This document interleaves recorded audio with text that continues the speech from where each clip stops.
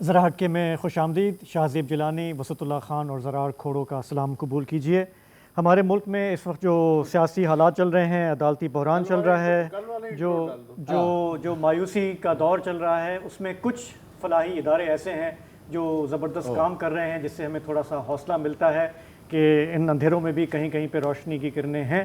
ان میں سے ایک ادارہ ہے LRBT. آج ہم پروگرام میں اس ادارے پر، ان کے کام پر بھی نظر دوڑائیں گے، لیکن حسب معمول پہلے ذکر انہی چیزوں کا جو آپ پچھلے چند ہفتوں سے دیکھتے آئے ہیں، ہم بھی بھگتتے آئے ہیں.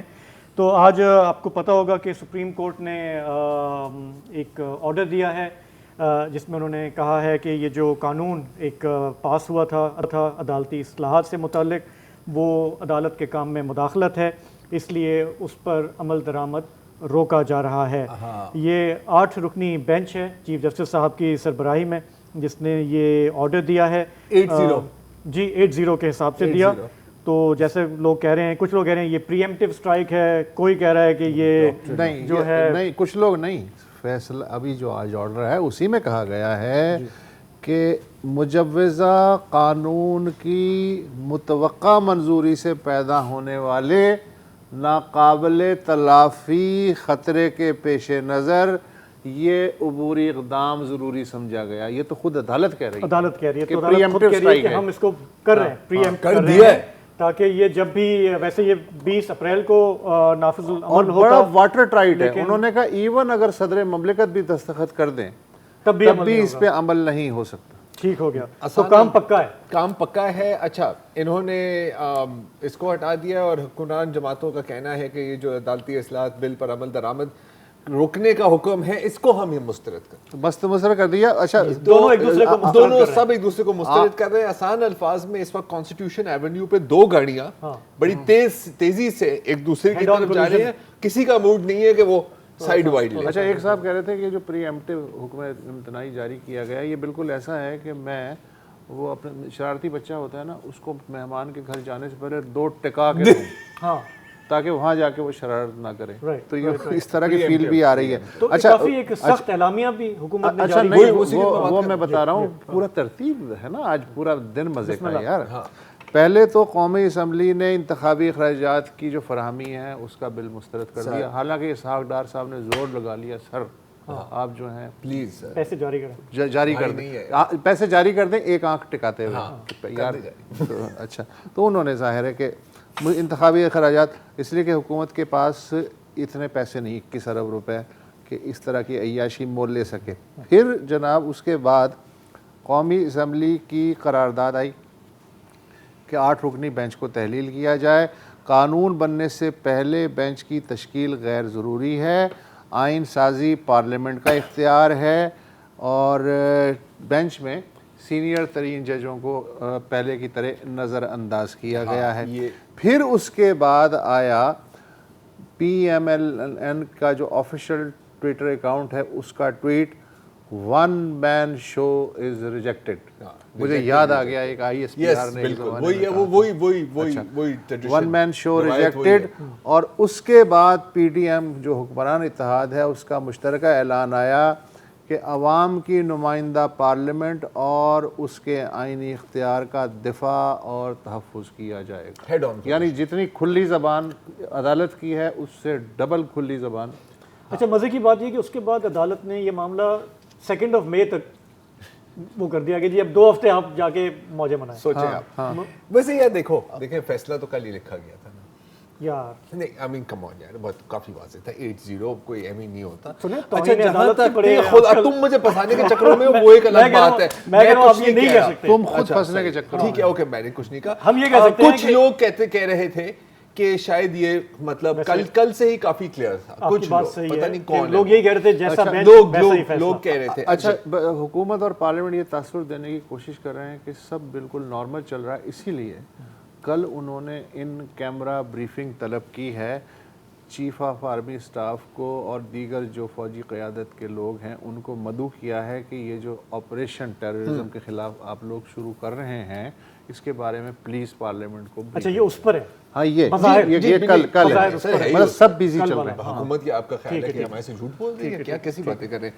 اچھا اب یہ جو سینئر جونیئر ججز کا ہے یہ بھی آج یہ بھی ایک مسئلہ اٹھا ہے کیونکہ جیسے ابھی یہ پی ایم ایل این کی جو آپ نے ٹویٹ پڑھی تو جو وزیر قانون ہے ہمارے تارڑ صاحب سینئر تو ان کا بھی آج کچھ بیان آیا ہے کیونکہ جیسے آپ کو پتا ہے نا کہ کچھ جونیئر ججز کو ایلیویٹ کیا گیا تھا اور کہتے ہیں کہ شاید آؤٹ آف ٹرن ایلیویٹ کیا تھا سینیورٹی ان کی نہیں تھی اور یہ ایک ڈیل تھی تقریباً. جی بیسکلی پہلے انہوں نے اپوز کیا سپریم جوڈیشل کاؤنسل میں, پھر انہوں نے اس ٹائم پہ لا منسٹر نے ریزائن بھی کیا تھا, پھر انہوں نے آ کر اپروو کیا اور وہ دو ججز جو سپریم کورٹ میں گئے وہ ظاہر ہے کہ اب چیف جسٹس کے ساتھ ہیں, وہ ان کے مرہون ملت ہیں. لیکن انہوں نے کیا کہا اس حوالے سے آج پریس کانفرنس میں وہ پہلے سن لیتے ہیں.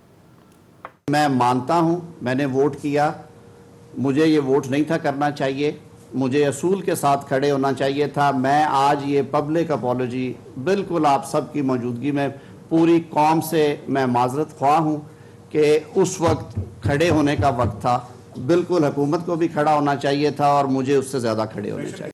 اچھا اس وقت سوچ یہ تھی کہ اگر ہم یہاں پر تھوڑی نرمی دکھائیں یا اگر ہم چیف جسٹس صاحب کی بات کو اس پہ اگری کریں تو ہو سکتا ہے کہ کچھ وہ بھی آگے نرمی دکھائیں, لیکن ظاہر ہے کہ ایسا نہیں ہوا.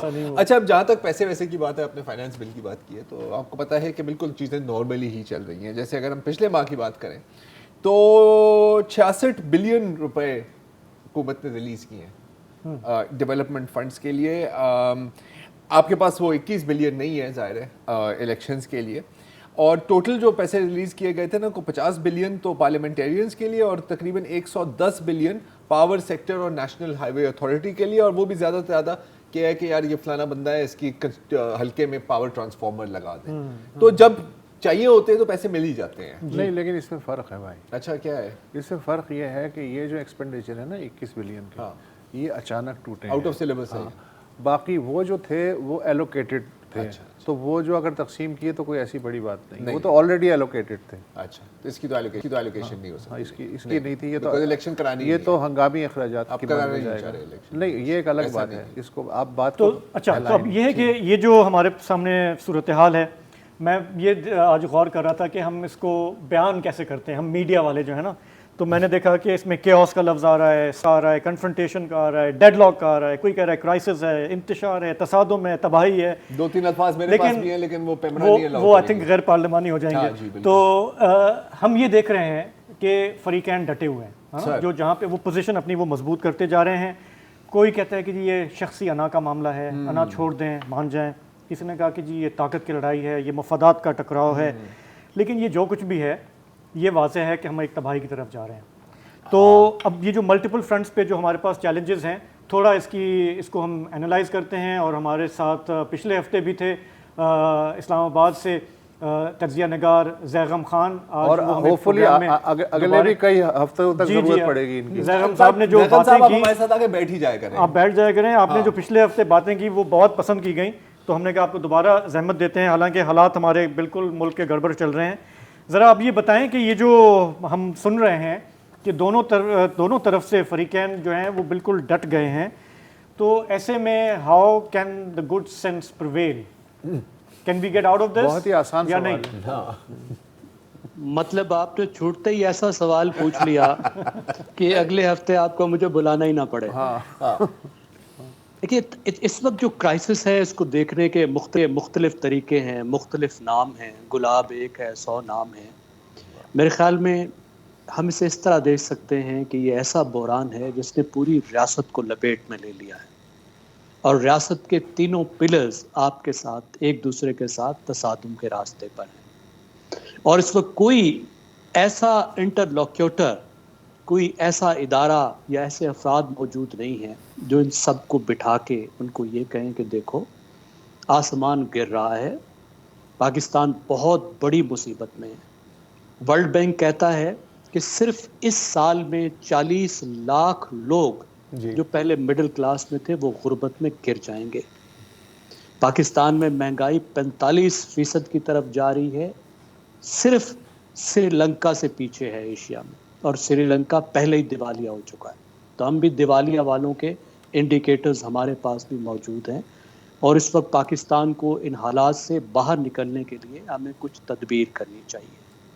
لیکن کوئی ایسا بندہ نہیں جو ان کو بٹھا سکے, اور خود ان کو بھی اس بات کا احساس نہیں. آپ دیکھیے مفادات جو ہوتے ہیں وہ ذاتی بھی ہوتے ہیں, وہ گروہی بھی ہوتے ہیں, وہ ملکی بھی ہوتے ہیں. تو ہمیں ذاتی مفادات اور ذاتی انا کی جنگیں بھی یہاں نظر آ رہی ہیں, اور گروہی مفادات کے معاملات بھی نظر آ رہے ہیں. اگر آپ مجھے اجازت دیں, صرف آج کا جو دن تھا جی وہ ہماری معزز عدلیہ سپریم کورٹ آف پاکستان کے نام ہے. پہلے پارلیمنٹ کے بچوں کو مارا جاتا تھا, اور اب معاملہ یہ پہنچا ہے کہ پارلیمنٹ کا ابارشن ہی شروع کر دیا گیا کہ بچہ پیدا ہونے کی نوبت ہی نہ آئے. پاکستان کا جو آئینی نظام ہے اور جو جدید ریاستوں کا نظام ہوتا ہے, جس میں ٹرائکاٹمی آف پاور ہوتی ہے کہ طاقت 3 حصوں میں تقسیم ہوتی ہے, اب اس کے مطابق آپ یہ دیکھیے کہ پارلیمان میں جب کوئی پروسیس چل رہا ہوتا ہے تو کوئی بھی پارلیمان سے باہر اس پہ اثر انداز نہیں ہو سکتا, چاہے وہ سپریم کورٹ ہی کیوں نہ ہو. سپریم کورٹ کو یہ حق دیا گیا ہے کہ جب ایک قانون بن جائے تو وہ اس کا ریویو کر سکتا ہے, اور ریویو کا مقصد یہ دیکھنا ہوتا ہے کہ کہیں یہ قانون جو پاکستان کا بڑا قانون ہے, آئین, اس سے متصادم تو نہیں ہے. اور اگر سپریم کورٹ یہ سمجھتی ہے کہ یہ جو قانون بنایا گیا ہے یہ آئین کے ساتھ متصادم ہے, تو پھر وہ اس قانون کے بارے میں کہہ سکتے ہیں کہ اس کی فلاں فلاں کلاز جو ہے, فلاں فلاں حصہ جو ہے اس کا, وہ ٹھیک نہیں ہے اور یہ مؤثر نہیں ہو سکتا, یا پورا قانون غیر مؤثر ہو سکتا ہے. اب یہاں پر آپ دیکھیے کہ ایک قانون ہے جو ابھی منظور نہیں ہوا. منظور کا مطلب یہ ہے کہ یا تو صدر منظوری دے دیتے ہیں, یا اگر وہ نہیں دیتے منظوری تو ایک مدت کے بعد وہ خود بخود منظور ہو جاتا ہے, اسنٹ اس کو مل جاتی ہے, تب وہ قانون بن جاتا ہے, نوٹیفائی ہوتا ہے. اس کے بعد پھر سپریم کورٹ کے پاس بات آتی ہے, اور آپ دیکھیے ابھی وہ پارلیمانی پروسیس کا حصہ ہے, اور سپریم کورٹ یہاں پر آ گئی. یہ بہت بڑی ایک آپ سمجھیے جس کو کہتے ہیں ایسکیلیشن ہے. پاکستان کی تاریخ کے حوالے سے بھی یہ بہت بڑی ایسکیلیشن ہے. ابھی ہمارا خیال ہے, آپ نے بتایا کہ ہمارے ساتھ ایک قانونی ماہر بھی موجود ہوں گے, وہ مزید بھی بتائیں گے. صرف ایک واقعے کے ساتھ اس کی ریزمبلنس بتائی جا رہی ہے, لیکن وہ نہیں بنتی حسبہ بل کے ساتھ, نہیں بنتی. نہیں, ہم دیکھ لیں گے کہ وہ آپ بتا رہے ہیں وہ بالکل مختلف ہے. تو پاکستان کی تاریخ کے حساب سے بھی ایک بہت بڑی ایسکیلیشن ہے کہ جو باؤنڈریز پاکستان کے 3 پلرز کے درمیان میں, جو 3 مراکز کے درمیان میں, اس کو ٹریس پاس کیا گیا ہے اس ادارے کی طرف سے جس کا کام باؤنڈریوں کی نگہبانی ہے. اور دوسری طرف سے اگر آپ دیکھیں پاکستان کی حکومت کی طرف سے جو انتظامیہ ہے, جو پارلیمنٹ کو ڈھال کے طور پہ استعمال کر رہی ہے, نہ تو آپ کو نظر آتا ہے کہ اس کی سنجیدہ دلچسپی ریفارمز میں ہے, اور اگر ریفارمز میں ہوتی, اگر ان کی سنجیدگی اس بات میں ہوتی کہ سپریم کورٹ کے اندر ریفارمز کی ضرورت ہے, تو آج وزیر قانون معافی نہ مانگ رہے ہوتے. کیونکہ اس وقت جن ججوں کی آج یہ تعریف کرتے نہیں تھکتے, ان کا موقف یہ تھا کہ پہلے آپ اصول وضع کریں کہ سپریم کورٹ میں جو آپ جج لائیں گے, جن کا انتخاب کریں گے سپریم کورٹ کے لیے, ان کا معیار کیا ہوگا, وہ کن اصولوں کے تحت آپ ان کو منتخب کریں گے. یہ وہ لوگ کہہ رہے تھے, اس کے علاوہ تو کچھ نہیں کہہ رہے. زیغب صاحب معذرت ہمیں ایک چھوٹا سا بریک لینا ہے, واپس آئیں گے تو ہم گفتگو کو جاری رکھتے ہیں. ہمیں جوائن کریں گے حسن رضا پاشا صاحب جی, تھوڑا ان سے بھی ہم قانونی معاملات پر ان سے بھی رائے لے لیں گے.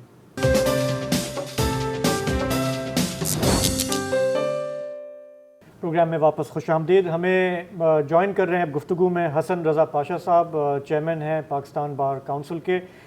زیغم خان بھی ہمارے ساتھ موجود ہیں. پاشا صاحب, سب سے پہلے اگر یہ بتا دیں کہ ظاہر ہے کہ بار کونسلز حق میں رہی ہیں ان اصلاحات کے جو پارلیمان سے منظور ہوئیں, اور جس پہ آج 8 رکنی بینچ نے کہا ہے کہ ان پر عمل درآمد نہیں ہوگا. آج آپ کے وکلاء کی اسٹرائک کال بھی تھی جس پر ملا جلا سا رد عمل رہا ہے. لیکن بڑا سوال جو میں آپ سے بھی جاننا چاہ رہا ہوں وہ یہ کہ آپ کا دیرینہ مطالبہ رہا کہ چیف جسٹس فل کورٹ بنا دیں, ابھی یہ واضح ہو گیا ہے کہ 8 جج ان کے ساتھ ہیں، وہ پھر بھی میجورٹی میں ہیں، 7 چلیں ان کے ساتھ نہیں ہیں، وہ ان کو کرٹیسائز کرتے رہے ہیں. اگر یہ فل کورٹ لگتا تو نہیں ہے کہ یہ بنے گا، جس طرح کی محاذ آرائی ہو گئی ہے، تو اب کیا وے فارورڈ کیا ہے اس کنفرنٹیشن میں کمی لانے کا؟ ہے بھی صحیح. کنفرنٹیشن جو ہے وہ اتنی بڑھ گئی ہے کہ پارلیمان اور سپریم کورٹ ہم ہیڈ اینڈ کولیجن دیکھ رہے ہیں. یہ بڑی خطرناک بات ہے سر. ہم بالکل اسی وجہ سے ہم نے جب 63A کا کیس تھا پنجاب اسمبلی والا، اس میں بھی ہم خود پرسنلی 10-12 بندے، جن میں سپریم کورٹ بار کے اس وقت کے پریزیڈنٹ، 6 سابق صدور تھے سپریم کورٹ کے، پاکستان بار کونسل کے 6 سے 7 ممبرز تھے. ہم گئے اور ہم نے ریکویسٹ کی تھی کہ یہ چونکہ آئینی معاملہ ہے، پولیٹیکل معاملہ ہے، آپ اس پہ فل کورٹ بنا دیں. ہماری ریکویسٹ کو ٹرن ڈاؤن کر دیا گیا. پھر ابھی جو یہ سیاسی مسئلہ الیکشن کے حوالے سے چل رہا، اس میں بھی بارہا ہم نے یہ ریکویسٹ کی، بلکہ جب 3 رکنی بینچ کی حد تک سکویز ہو گیا تو میں خود اٹھ کے وہاں گیا. میں نے ریکویسٹ کی کہ سر جو باہر باتیں آ رہی ہیں وہ بہت خطرناک ہے اور ادارے کے لیے بہت زیادہ، جب یہ ادارہ کمزور ہوگا تو بار کونسلز بار ایسوسی ایشن پہ بھی ضرب آئے گی، ساتھ ہی پاکستان کے لیے نقصان ہے. تو آپ مہربانی کریں، اگر کسی وجہ سے فل کورٹ بینچ نہیں بنا پا رہے تو آپ فل کورٹ میٹنگ بلا کے اپنے معاملات وہاں پہ سیٹل ڈاؤن کریں. تو آپ کے سامنے ہے جو 10-15 منٹ کا ہمارا وہاں مکالمہ ہوا، لیکن اینڈ آف دا ڈے ہم نے دیکھا کہ وہ فل کورٹ بینچ نہیں بنا. پھر معاملہ 4-3-3-2 کی گنتیاں آپ کے پروگرام میں بھی ہم سنتے تھے. یہ گنتی ابھی بھی جاری ہے. یہ حکومتی اطاعت 4-3 کے فیصلے کے پیچھے چھپ رہا ہے اور جو اپوزیشن ہے وہ 3-2 کے فیصلے کے پیچھے چھپ رہی ہے. لیکن کیا دیکھنا یہ ہے کہ کیا اس مسئلے کو سیٹل ڈاؤن، ایسی کون سی ماورائی طاقت ہوگی، ایسی کون سا ادارہ ہوگا جو اس مسئلے کو سیٹل ڈاؤن کر سکتا ہے. اور وہ آپ نظر دوڑائیں گے تو ماں سوائے سپریم کورٹ آف پاکستان کے آپ کو کچھ نہیں نظر آ رہا. اب بات بحث برائے بحث کرتے ہوئے معاملات چل رہے ہیں تو دیکھیں، کہہ رہا ہے جی کہ ہم کورٹ کے ساتھ ہے، آئین کے ساتھ ہے. یہ نظر آ رہا ہے کہ جو 4 ججز جنہوں نے اختلافی نوٹ لکھا تھا وہ سپریم کورٹ نہیں ہے. اب دوسرا فریق کہہ رہا ہے کہ ہم سپریم کورٹ کے ساتھ ہیں اور آئین کے ساتھ ہیں. جی جی. تو پاشا صاحب، 2 دھڑوں میں ایکچولی تھوڑی وقت کی کمی ہے، میں زیغم صاحب کے پاس جانا چاہ رہا ہوں. زیغم صاحب، آپ نے پہلے بات کی کہ انٹرلاکیوٹر جو ہے اس کی شاید ضرورت ہے. روایتی طور پہ ہم ہمیشہ کہتے رہے ہیں کہ کسی بھی غیر جمہوری فورس کو بیچ میں انٹرفیئر نہیں کرنا چاہیے، یہ معاملات جو ہے یہ خود ہی حل ہونے چاہیے. لیکن آج ہم جہاں پہ کھڑے ہیں، آپ کیا دیکھیں گے؟ What is the way out? دیکھیے، اس وقت تو پاکستان کے اندر سے جو غیر جمہوری طاقتیں آپ کہہ لیں یا جو ہمارے ریاست کے اندر کے ادارے ہیں، وہ بھی تو اب پارٹ آف دا پرابلم بن چکے ہیں نا. مطلب سب سے بڑا انٹرلاکیوٹر تو جیسے حسن رضا صاحب کہہ رہے ہیں، وہ تو خود سپریم کورٹ ہوا کرتی ہے نا، اور سپریم کورٹ جو ہے وہ اویلیبل نہیں ہے. اس کے بعد اگر اسٹیبلشمنٹ ہو تو اسٹیبلشمنٹ پر آپ دیکھ لیں پی ٹی آئی کس طریقے سے حملہ آور ہے، اور پی ٹی آئی اور اسٹیبلشمنٹ کے درمیان کس طرح کا تنازع چل رہا ہے.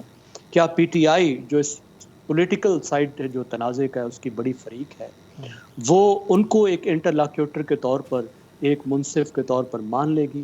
نہیں مانے گی.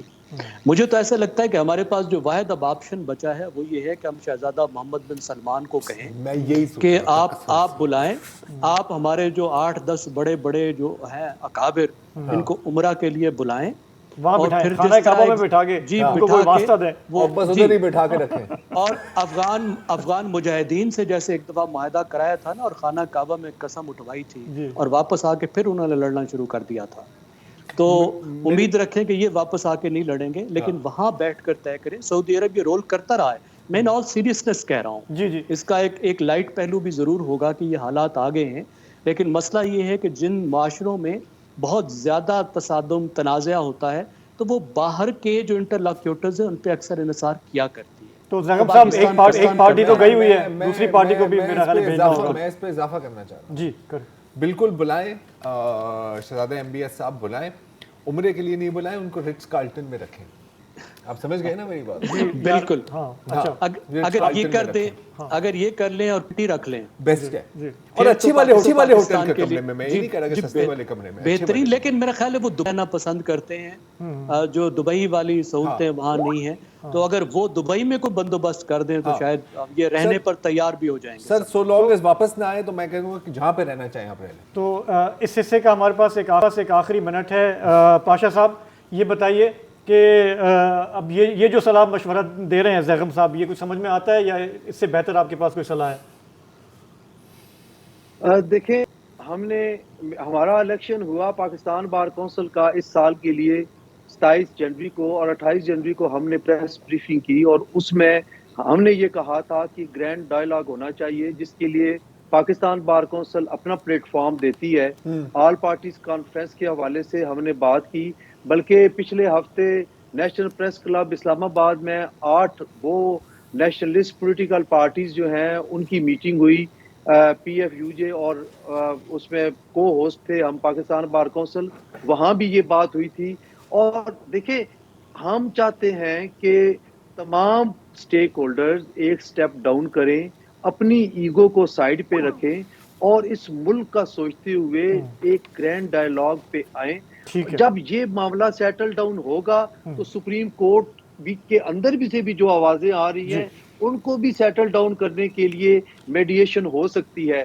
لیکن پرابلم یہ ہے کہ یہاں پہ دو جو دھڑے عوام میں بن گئے ہیں, پھر سپریم کورٹ میں 2 دھڑے واضح بن چکے ہیں. بالکل ٹھیک بات ہے. اسی طرح پاشا صاحب آپ کا بہت بہت شکریہ. آپ کا بہت بہت شکریہ. وقت گزر چکا ہے, یہ جو تجاویز ہیں ان کا بھی مجھے لگتا ہے وقت گزر چکا ہے. ثالثی کی بات ہو رہی ہے, ملک کے اندر بھی کئی لوگ آفر کر رہے ہیں, ملک کے باہر بھی بات کی زیغم خان نے کہ اس پر بھی غور ہو سکتا ہے. بہرحال دیکھتے ہیں آگے کیا ہوتا ہے. ایک چھوٹا سا بریک لیتے ہیں.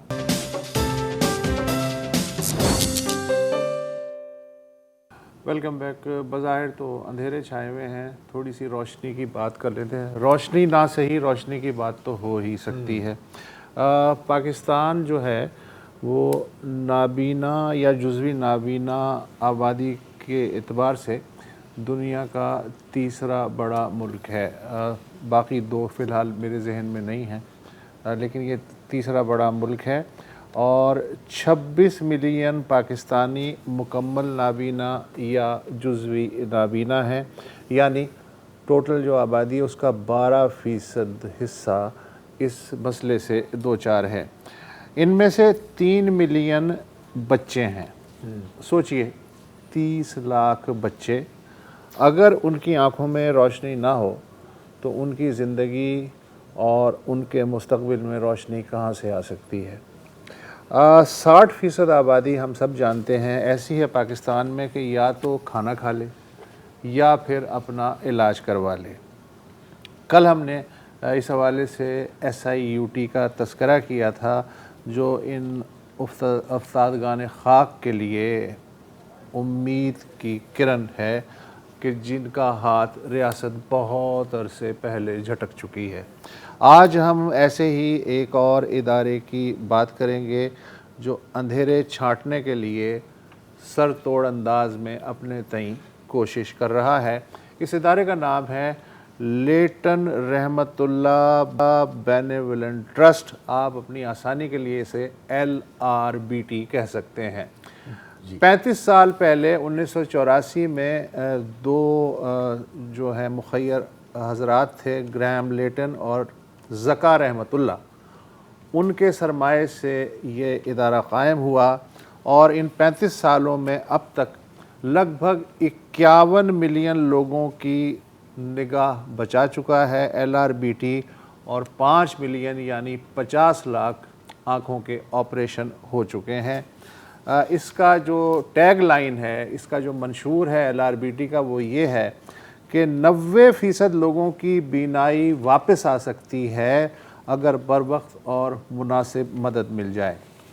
کتنا بڑا انفراسٹرکچر ہے. 19 ہاسپٹل ہیں پاکستان میں, 61 آئی کلینکس ہیں, یعنی یوں سمجھیے کہ پاکستان میں ہر 200 کلومیٹر کے ریڈیس میں LRBT کی کوئی نہ کوئی فیسلٹی موجود ہے.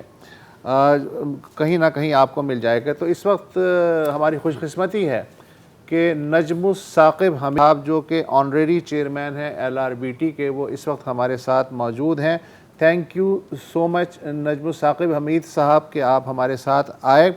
یہ فرمائیے کہ یہ اتنا گمبھیر مسئلہ ہے پاکستان میں کہ 12% آبادی جو ہے بلائنڈنس سے دوچار ہے یا پارشلی بلائنڈ مسائل میں گھری ہوئی ہے.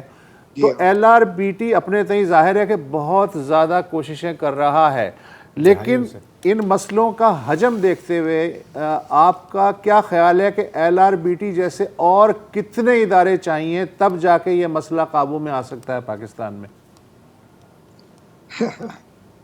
میرے خیال میں تو جی ہمارے جیسے، دیکھیے ہم گورنمنٹ آف پاکستان سے زیادہ علاج کرتے ہیں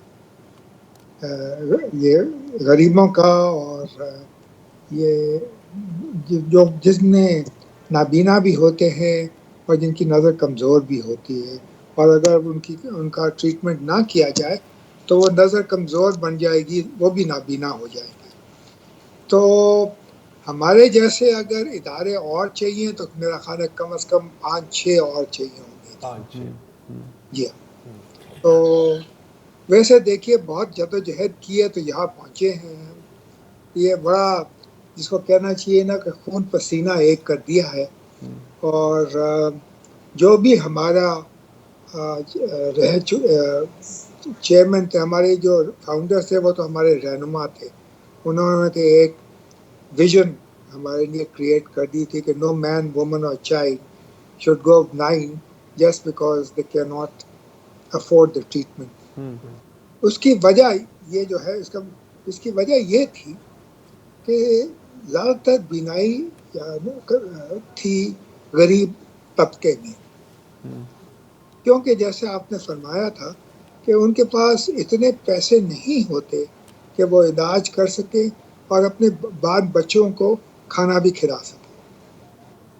تو LRBT چاہتا تھا کہ کسی غریب آدمی کو یہ چوائس نہ ہو، وہ ہمارے کسی ادارے میں آ جائے، ہم اس کی مفت ٹریٹمنٹ کریں گے اور بہت اعلیٰ معیار کی ٹریٹمنٹ کریں گے. ہم اپنے آپ کو WHO کے بینچ مارک کے ساتھ کمپیئر کرتے ہیں. اس کے ساتھ وہ ان کا یہ ہے کہ جو گڈ سرجری میں 90% of the people should be able to see well, اور ان کا وہ معیار یہ ہے کہ 6/18 صحیح یہ ہونا چاہیے. تو ہم 97% جو ہمارے لوگ جو آتے ہیں ہمارے ہسپتالوں میں، وہ اس میں ہم جب ہمارا ان کا علاج ہو جاتا ہے تو ان کا 97% ہوتے ہیں جو 6-18 سے بہتر دیکھ سکتے ہیں.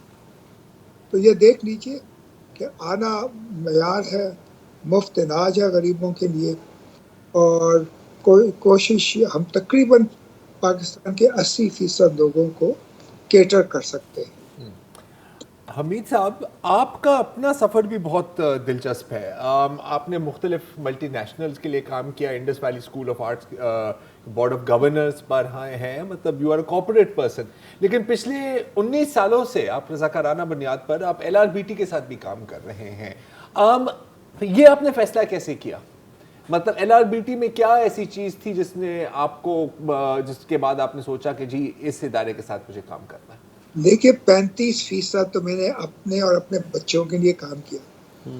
اس کے بعد میں نے سوچا تھا، اور یہ بہت عرصے سے میں سوچا تھا کہ میں کوئی فلاحی بہبود ادارے میں جا کے تو ہوا یہ کہ جب میں ریٹائر ہو گیا تھا تو ایک سویم پہ LRBT کے چیئرمین سے میری ملاقات ہو گئی. ان کو میں جانتا بھی تھا، بہت پرانا، تو لیکن کافی عرصے سے میں ان سے ملا نہیں تھا کیونکہ میری پوسٹنگ باہر ہوئی تھی. تو انہوں نے مجھ سے کہا کہ کیا کر رہے ہو؟ تو میں نے کہا جی آج کل تو ریٹائرڈ ہوں، میں کسی فلاحی بہبود کے ادارے سے والنٹیئر کرنا چاہتا ہوں. تو انہوں نے کہا ہمارے پاس آ جاؤ. میں نے کہا جی آپ کون ہیں؟ تو انہوں نے کہا کہ جی میں LRBT کا چیئرمین ہوں. تو LRBT پتہ کیا کرتے؟ میں نے کہا جی ہاں میں ڈونر تو رہ چکا ہوں. تو انہوں نے کہا کہ بس اس میں آ جاؤ, کام کرو, یہ تم بہت لوگوں کی زندگی بہتر بنا دو گے. تو جی بس اس سے اگلے دن میں پہنچ گیا دفتر ان کے, اور جب سے یہ چلا آ رہا ہے سنس چلا.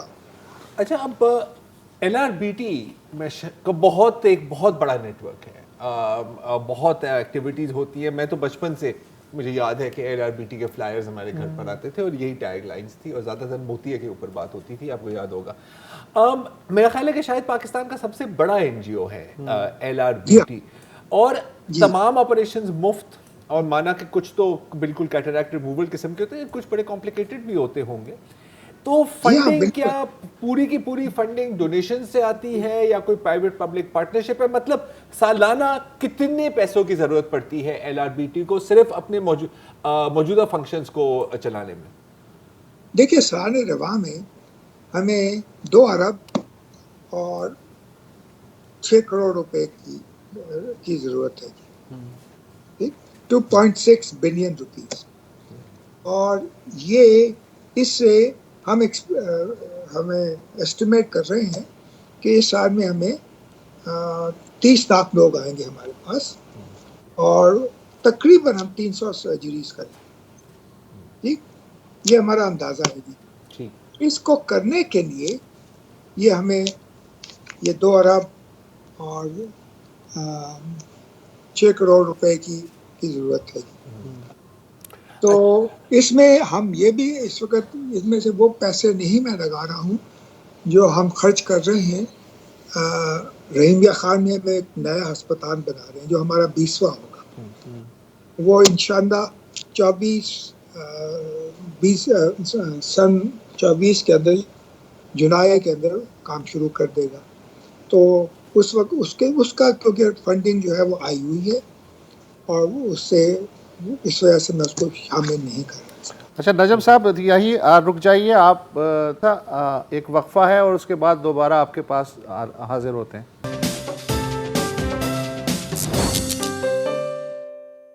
Welcome back. ہم LRBT کے اعزازی چیئرمین نجم الثاقب حمید صاحب سے گفتگو کر رہے ہیں. نجم صاحب, تیسرا بڑا ملک ہے, افسوسناک ہے حالانکہ یہ بات, پاکستان کے 12% آبادی جہاں بلائنڈ یا پارشلی بلائنڈ ہے. آپ اپنے تجربے سے بتا سکتے ہیں کہ موٹی وجوہات کیا ہیں, بالخصوص بچوں میں, کہ یہ جو ہے مسئلہ ہے, اتنا بڑا مسئلہ ہے کہ پاکستان دنیا کے 3 نمبر پہ آ رہا ہے, اور یہ جو وجوہات ہیں کیا انہیں کنٹرول کیا جا سکتا ہے؟ دیکھیے جی, وجہ یہ ہے جی بڑی سمپل ہے, افورڈیبلٹی. کیونکہ زیادہ تر لوگ جو نابینا ہیں یا جن کی نظر کمزور ہے, وہ لوگ ہیں جو غریب طبقے سے کام کرتے, ان کا تعلق ہے. ان کے پاس اتنا پیسہ نہیں ہوتا کہ جی وہ 2 وقت کی روٹی اپنے بچوں کو کھلا سکیں.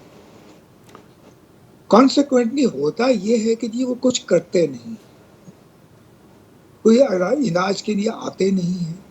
جب تک نظر اتنی کمزور ہو جاتی ہے کہ وہ اپنی نوکری کر نہیں سکتے, تو پھر وہ آتے ہیں, اور ان کو پہلے پتہ نہیں ہوتا کہ جی LRBT کدھر ہے. حالانکہ کافی ہم لوگ اشتہار بھی دیتے ہیں, یہ مسجدوں اور ان میں بھی ہم کہتے ہیں, براڈ کاسٹ بھی کرتے ہیں کہ جی مفت علاج ہوتا ہے, آپ آ جائیے. لیکن پھر تو جب وہ آتے ہیں تو پھر آف کورس وہ تو ان کا تو دیکھیں نا 90% یہ بلائنڈنس جو ہے یہ کیوربل ہے. تو اور ہم لوگ جب بھی یہ اس میں کوئی مسئلہ نہیں ہے. ہاں there are some diseases جو نہیں کر سکتے ہم, لیکن وہ ایسے ہیں, وہ جینیٹک ڈیزیزز ہیں, ریٹینوزا پگمنٹوزا ہوا, لیکن ادروائز ہر چیز جو ہے وہ ہم کرتے ہیں جی. Um of course cataract is the most common. جی اس کے بعد یہ ہے کہ جی یہ کانا موتیا نوکوما جس کو کہتے ہیں انگریزی میں. اس کے بعد یہ پردے کی بیماری. اس کے بعد ذیابیطس کی وجہ سے جو ہو جاتا ہے پردے پہ افیکٹ اور آپٹک نرو پہ افیکٹ وہ. اور اس کے بعد یہ جو ایک چیز ہوتی ہے جس میں آپ کا جو ڈرینیج ہے آنکھوں کا وہ نہیں کام کرتا, اس کا بھی ہم کر دیتے ہیں. سو کورنیا کی ٹرانسپلانٹ بھی ہم کرتے ہیں. سو کوئی چیز ایسی نہیں ہے جو پاکستان میں نہیں ہو سکتی. سر میرا اسی پہ ایک سوال ہے, آپ نے ابھی آرگن ٹرانسپلانٹ کی بات کی, ہم جانتے ہیں کہ یہاں پہ SIUT ڈاکٹر ادیب رضوی سالہ سال سے شعور اجاگر کرنے کی کوشش کر رہے ہیں. علماء سے فتوے بھی ہم نے لے لیے کہ یہ ایک اچھی بات ہے, ایران اس کی بڑی مثال ہے. کیا یہ بات صحیح ہے کہ ہمارے یہاں یہ جو آرگن ڈونیشن ہے یا آنکھیں ڈونیٹ کرنے کا جو سلسلہ ہے وہ رفتار نہیں پکڑ سکا؟ اور مجھے ڈاکٹر مہوش ہیں وہ جو کام کرتی ہیں, وہ ہماری دوست ہیں, انہوں نے مجھے بتایا کہ جو آنکھیں ہم لگاتے ہیں وہ سری لنکا سے امپورٹ کرتے ہیں. جی کیا یہ بات صحیح ہے؟ اور امریکہ سے جی. اچھا, ہاؤ کم؟ کیا وہاں پہ لوگ ڈونیشن دیتے ہیں آنکھوں کا اور ہم لوگ نہیں دیتے کیا؟ اور یہاں کیا وجہ ہے؟ جی دیکھیں نا, بات یہ ہے جی کہ لوگ سے پہلے تو یہ تھا کہ ایک عام تاثر تھا کہ اسلام میں اجازت نہیں ہے جی. اور وہ اجازت اس وجہ سے نہیں ہے کہ خداوند تعالیٰ نے آپ کو یہ جو آپ کی باڈی ہے ایک نعمت آپ کو دی ہے تو اس کو آپ کو ڈسفگر نہیں کرنا چاہیے. لیکن اس کے بعد یہ ہوا کہ جی بڑے نظر اور نے بھی ہمارے ملک ہے, بنگلہ دیش میں, ملیشیا میں, انڈونیشیا میں, ایران کے اندر, سعودی عربیہ ایکسیپٹ میں. تو اب تو یہ بہت واضح ہے کہ قرآن شریف کے اندر یا شریعہ کے اندر کہیں ممانعت نہیں ہے.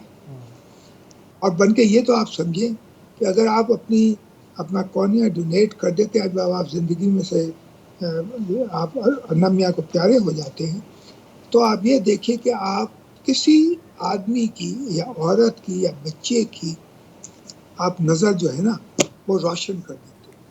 اس سے اچھا بہتر کیا چیز ہے؟ بالکل. صدقہ تو جی تو حمید صاحب, اب ماہ رمضان ہے, زکوٰۃ ڈرائیوز بھی چل رہی ہیں, آپ کی زکوٰۃ ڈرائیو بھی چل رہی ہے. اگر کوئی زکوٰۃ یا عطیہ دینا چاہے LRBT کو تو کیا طریقہ یا آنکھوں کا عطیہ یا آنکھوں کا عطیہ دینا چاہے, کیا طریقہ کار کیا ہے؟ کیونکہ جیسے آپ جی کہتے ہیں کہ بہت لوگوں کو دیکھیے جی دو طریقے ہیں جی. ایک تو ہمارا نمبر ہے 0800 444 ٹھیک ہے جی, وہاں فون کر سکتے ہیں. یا دوسرا طریقہ یہ ہے کہ آپ bank and Habib, پیسن bank, bank اسلامی, میزان بینک, ان میں سے حبیب بینک, ان میں سے کسی برانچ پہ چلے جائیے اور وہاں کہیں گے جی ہم نے NRBT کو ڈونیٹ کرنا ہے تو وہ بھی پیسہ ہمیں آ جائے گا.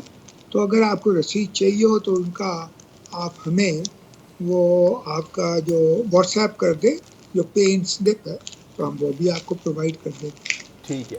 اچھا, اور آپ ہمیں فون کریں, جو میں نے آپ کو نمبر بتایا جو ٹول فری نمبر ہے, تو اس کے اوپر آپ کو پھر ہم آدمی بھیج کے, یہ کراچی میں ہے. ٹھیک ہے. اور ان کی جو ویب سائٹ ہے اس پہ آن لائن فارم بھی ہے ڈونیشن کے لیے, یعنی آنکھوں کو اگر آپ ڈونیٹ کرنا چاہتے ہیں آن لائن فارم بھریں ڈیٹیلز, اور اس کے بعد جو لواحقین ہیں اگر فرض کریں کہ میں اس دنیا سے رخصت ہو جاتا ہوں تو فوری طور پہ اگر انہیں اطلاع مل جائے تو ایک ٹیم ان کی ہنگامی طور پہ پہنچ کے وہ پروسیجر کر سکتی ہے. یہ بھی ہے. اچھا حمید صاحب, اب آپ نے کہا نا کہ دیکھیں یہ جو ساری آپ نے جو آنکھوں کے امراض جو آپ نے ابھی لسٹ کیا ہے, کالا موتیا ہو گیا, کیٹریکٹ, جو بھی, اب یہ سب قابل علاج ہے, سب آسان ہے. اور آپ نے کہا کہ زیادہ مسئلہ یہ ہوتا ہے افورڈیبلٹی کا, کہ یار یا تو بچوں کو کھانا کھلائے یا تو پھر ان کا علاج کرائے. یعنی 30 لاکھ لوگوں کو اگر صرف کورنیا مل جائے نا تو ان کی بینائی بحال ہو سکتی ہے. بالکل. جو ابھی معاشی حالات چل رہے ہیں اس ملک کے, لوگ اور مزید غریب ہوتے جا رہے ہیں, مڈل کلاس والے لوور کلاس میں آ رہے ہیں.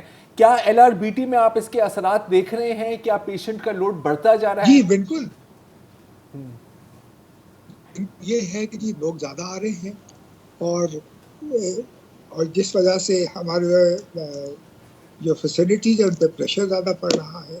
اب اس کا مطلب یہ بھی ہے کہ جی ہمیں زکوٰۃ اور عطیات کی اور زیادہ ضرورت ہے کیونکہ ہم چارج تو کرتے نہیں ہیں. جی تو آل آف دس یہ جو پاکستان کے جو مخیر حضرات ہیں اور وہ ہمیں جو اپنا عطیات اور زکوٰۃ بھیجتے ہیں اسی سے یہ ان کا علاج ہوتا ہے.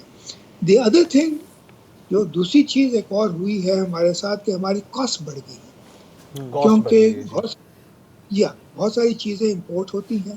ڈالر 54% دی ویلیو روپی 54% ڈپریشیٹ ہو گیا ہے, دی ویلیو ہو گیا ہے.